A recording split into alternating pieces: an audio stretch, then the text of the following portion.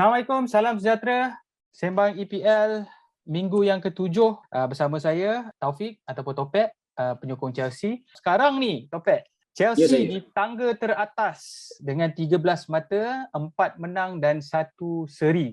Berkongsi mata dengan Liverpool dan juga Manchester United. Cuma mungkin jaringan gol yang lebih sikit lah. Soalan yang pertama untuk kau Topek, adakah Chelsea pasukan terbaik di Liga Perdana Inggeris masa sekarang? Saya rasa sebelum ni pun saya pernah cakap, kita baru main 5 game. Okay? Tapi Chelsea punya opening game kita lawan Liverpool, di mana kat situ saya tengok ramai orang bagi kredit kepada Chelsea punya defensive line, which is kalau kita compare to last season, it's a big problem. Tapi after dia tambah Silva, Mendy dan Rudiger back, itu the form, Alonso, Chilwell semua, defensive kita very solid. Okay, itu lawan Liverpool. Then the next 4 games kita, I would say we played well lah, kan? So kalau nak compare top 3 of the table, kita dah lawan dengan Liverpool, we draw with 10 men. Then next in line saya nampak our main competitor right now Manchester United lah, kan? So selagi tak dapat head to head dengan diorang, saya tak berani nak cakap kita the best team. Tapi kalau tengok statistics and gameplay, saya rasa team Chelsea sekarang dah cukup baik. Jangan kalau bukan Chelsea, siapa pasukan terbaik di EPL sekarang? Memang saya akan kata Chelsea pasukan terbaik. Tapi selagi kita pun baru lawan dengan Aston Villa. Dan semalam kita 2 hari lepas kita dah lawan Spurs. Okay, walaupun bukan saya kata Spurs ni tim ayam, tim bawahan, kan? Tapi Spurs ada satu credibility yang kita kata a good team, competitive team, top 6 team, kan? Dan kita pun dapat perform well dengan tu. So sekarang kalau saya kata saya happy with the current squad, di mana attacking kita dah cukup bagus, defensive kita, which is saya betul-betul happy lah. Even though kita dulu semua orang duk kutuk Kepa, kita Mendy injured tak dapat main, kita Kepa and we still got clean sheet dengan Spurs. So last year saya cakap Chelsea title contender, this year saya akan guna ayat yang sama, Chelsea is the title contender for this season juga.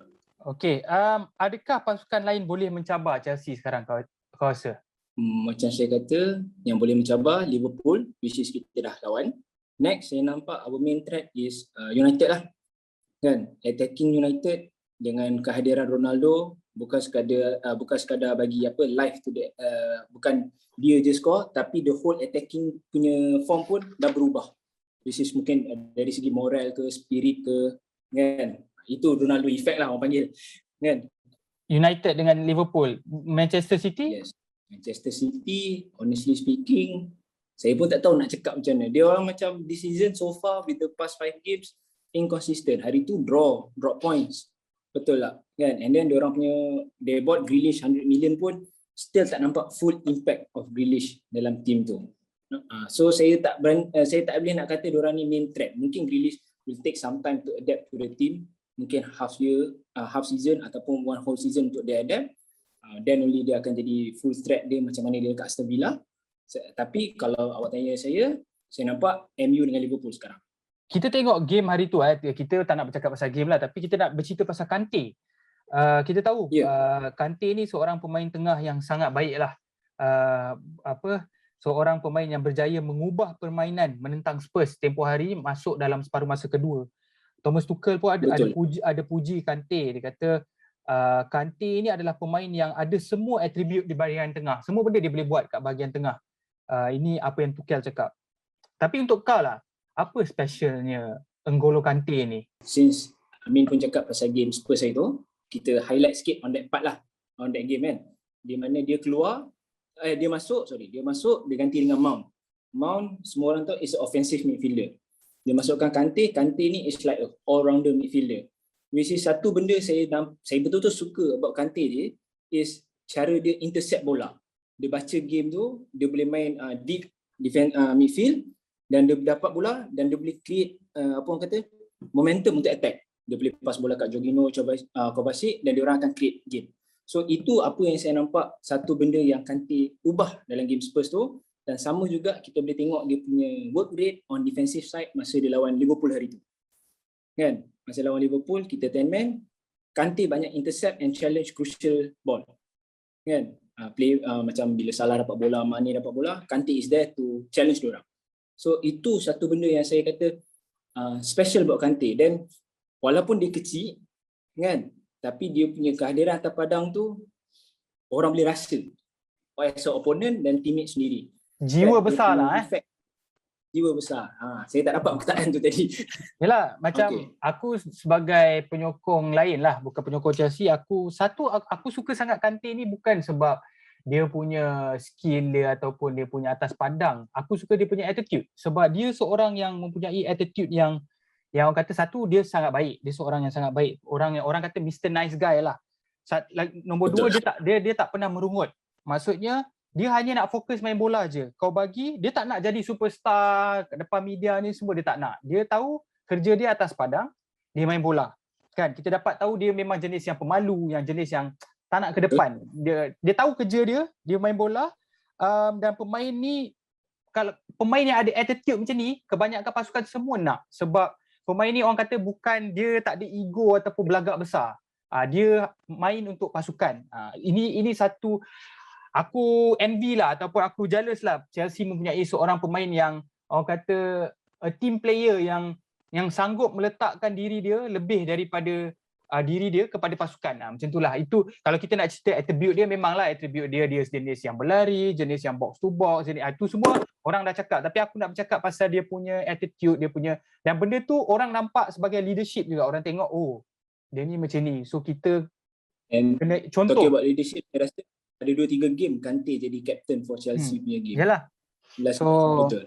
So itu kelebihan Kante lah. Sebelum kita nak bersurai, ada satu soalan yang last kali lah aku nak tanya semua penyokong Chelsea sebenarnya, tapi aku tanya kau lah.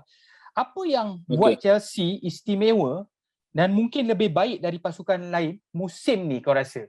Apa? Faktor apa? Faktor Lukaku ke? Faktor squad ke? Faktor Tuchel ke? Untuk pandangan kau. Sebelum game Spurs, saya ada baca artikel release by Chelsea FC. Kan? Dia kata apa dia punya difference is saya akan cakap is Tuchel punya management, cara dia manage team. Kan? Okay, apa yang saya nampak, dia rotate player very good, dia bagi everybody equal chance. Kan? Tu satu, and saya rasa dia buat every player happy and akan fight for their position. Bila orang fight for their position ni, bila diorang atas padang, they will give their best. Diorang tak ada mentality aku star, aku main macam tai ke, aku main bagus ke, coach will still choose me. Faham tak? Kan? Itu salah satu faktor. So when everybody is on the pitch, the 11 players on the pitch, semua orang bagi dia all. Itu satu. Second, saya rasa macam apa saya nampak diorang punya, tak tahulah nak kata bonding ke apa ke, saya nampak diorang semua macam kita boleh nampak diorang main as a team. There's no like, okay, kau dapat bola, aku nak bagi kau je sebab kau star. Faham tak? Okay, saya ambil contoh je, jangan ada siapa-siapa offended pula dengan statement je. Kan? Contoh, kalau kita tengok macam United, dia ada key player dia sekarang which is Ronaldo. Kan? Mungkin ada orang, tapi saya tak nampak benda ni dalam game MU so far lah. Dapat bola semua nak fit ke Ronaldo.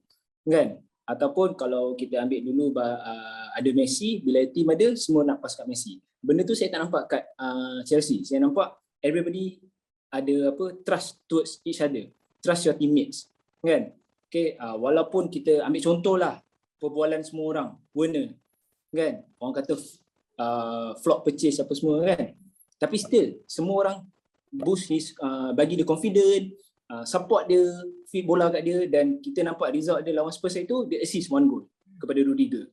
Kan? Mungkin dia tak score, tapi it's still a contribution to the result. Kan? So itu apa yang saya nampak. Nak kata bonding, tak adalah pula saya lepak dengan dia orang, nak tahu apa benda dia orang buat apa semua kan. Tapi saya nampak itu dia orang as a team, dia orang bergerak as a team. Saya tak, bukan kata team lain tak bersatu, tapi saya nampak dia orang ni macam tadi Amin pun cakap, Kante tak ada perangai macam dia star apa semua. Kat sini saya nampak semua ada sedikit sebanyak attribute macam tu. Sedikit sebanyak, kan? Tak ada siapa yang buat benda pelik-pelik off field, tak ada speculation pelik-pelik. So diorang punya mind, everything is on the field. Kan? Fokus pada game. Itu apa yang saya nampak Okey, untuk aku rasa aku komen sikit lah. Untuk aku, yang aku nampak dengan pasukan Chelsea ni ada dua faktor. Satu faktor sebab Chelsea mempunyai pilihan pemain yang banyak yang boleh mengubah dari segi gaya permainan yang diorang nak, yang nak dipamerkan. Maksudnya, contoh macam itu, Mason Mount attacking. Kita tahu cara dia main macam mana. Tapi bila masukkan Kante, permainan tu berubah sikit sebab Kante ni jenis yang box to box, lebih defensif tapi boleh attack juga kan. So, bagi aku itu kelebihan Chelsea, pemain yang mempunyai atribut atau kemahiran yang berbeza untuk mengubah cara permainan sekelip mata. Macam aku cakap tadi lah, contohnya tadi kan. Lagi satu contoh aku nak bagi Werner. Beliau masuk, beliau mengubah permainan dengan kelajuan beliau. Contoh, dia ganti siapa aku tak ingat lah. Tapi bila Havertz cara permainan lain. Havertz kau kena mungkin main direct sikit dengan dia. Tapi dengan Werner ni kau, sebab kau tahu dia laju, kau boleh main dengan kelajuan dia, dengan speed dia. Hantar jauh sikit dengan dia. So, benda-benda ni bagi aku kelebihan untuk pasukan Chelsea sebab dia ada pemain-pemain yang talented dalam padang dan juga di bangku simpanan. Okey, dan juga bagi aku tactical Chelsea yang boleh diubah dengan mudah dengan banyak pemain yang mereka ada. So ini satu faktor. Nombor dua, aku nak cakap faktor yang aku rasa Chelsea sangat kuat musim ni selain squad yang mereka ada adalah faktor Tuchel. Macam tadi kau sebut pasal Tuchel, dia punya man management. Okey, aku cerita pasal Tuchel ni sikit. Orang panggil dia mad scientist ataupun saintis gila. Ini gelaran yang orang bagi dekat dia. Dia ni jenis jurulatih yang suka terperinci dengan detail-detail, butir-butir kecil.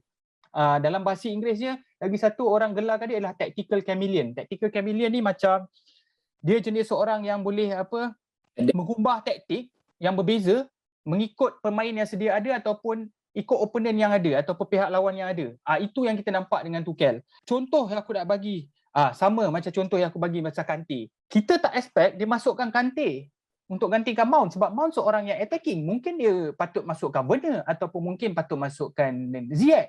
Tapi aku tengok interview Tuchel cakap dia buat macam tu sebab dia nak contain bola tu. Maksudnya dia tahu Kante ni bukan saja boleh attack tapi dia boleh menang bola dan pegang bola. So itu tujuan dia. Sebagai seorang penyokong luar, aku tengok, aku pelik dengan substitution tu sebab aku cakap kenapa kau tak gantikan dengan Werner ataupun Ziyech ataupun position yang lebih kurang sama bersama dengan dengan Mount kan. Dia masukkan Kante. Kita baru leading 1-0 dan masukkan Kante, orang boleh understand macam takkan nak main defensif dah. Yes, orang akan fikir bila masukkan Kante orang akan fikir defensif tapi sebenarnya dia punya tactical tu ataupun cara permainan terus berubah mengikut bila Kante dah masuk lah. Itu aku maksudkan kau dengan Tuchel ni. Cara permainan dia kita tahu memang intensity memang tinggi lah tapi kau tahu Tuchel ni seorang jurulatih yang menerapkan keseimbangan permainan. Maksudnya dia tak lebih kepada attack, dia lebih seimbang. Maksudnya kau tengok bila dia ganti Lampard terus pemain macam Rudiger, Christensen tu terus jadi macam Paulo Maldini. Walaupun kita tahu sebenarnya Christensen dengan Rudiger masa Lampard asyik bocor je gol kat belakang. Dan kita ingat last season pun Rudiger hampir kena jual. Sebab kita tahu yang itulah dia berbeza kan coach kan bila masuk. So Tuchel dia lebih pentingkan defensif ataupun keseimbangan. So dia suka pegang bola. So ini lebih memberi advantage kepada Christensen dan juga Rudiger lah kan. So sekaligus boleh tengok permainan Chelsea ni lebih seimbang. So macam aku cakap lah, ini dua faktor yang aku nampak kepada kejayaan, aku nak kata kejayaan Chelsea belum berjaya apa-apa lagi lah, tapi diorang dah menang Champions League musim lepas kan dengan Tuchel. So aku kata ini boleh kata kejayaan kecil lah untuk pasukan Chelsea. Dua faktor ni lah yang bagi aku, dan bagi aku faktor Lukaku yang bila kau tengok Giroud dah tak ada, Tammy Abraham dah ada, itu masalah paling besar pasukan Chelsea yang nak mencari seorang goal scorer kan. Walaupun kita tahu Tammy Abraham sekarang scoring goals dekat AS Roma kan. Tapi Lukaku ni kira final jigsaw lah untuk pasukan Chelsea. Okay Pat, ada apa-apa nak tambah lagi Pat sebelum kita bersurai? So saya mengharapkan EPL punya top ataupun EPL punya Golden Boot Challenge this year akan datang daripada Chelsea lah, dengan adanya macam ni kata kita ada Lukaku kan. So far dia dah score 3 gol. Bukan Rudiger Bukan Rudiger Rudiger top scorer. Rudiger dia occasionally dia score. Kalau third fantasy best lah kan. Macam Ronaldo pun dah reach 4 goals, Bruno pun dah 4 goals. So I would love to see another Chelsea player dapat Golden Boot. Last kita dapat was lama dah kot. It's been a long time. Kan? Okay. Paling tak pun ada Giroud dapat Europa Golden Boot itu. Okay, aku rasa itu saja kita punya perbincangan pada malam ni ataupun pada kali ini. Kita berharap kita tengoklah macam mana perkembangan Chelsea selepas baru 5 game kan. So insyaAllah kita jumpa lagi di episod yang akan datang. Assalamualaikum, salam sejahtera. Terima kasih.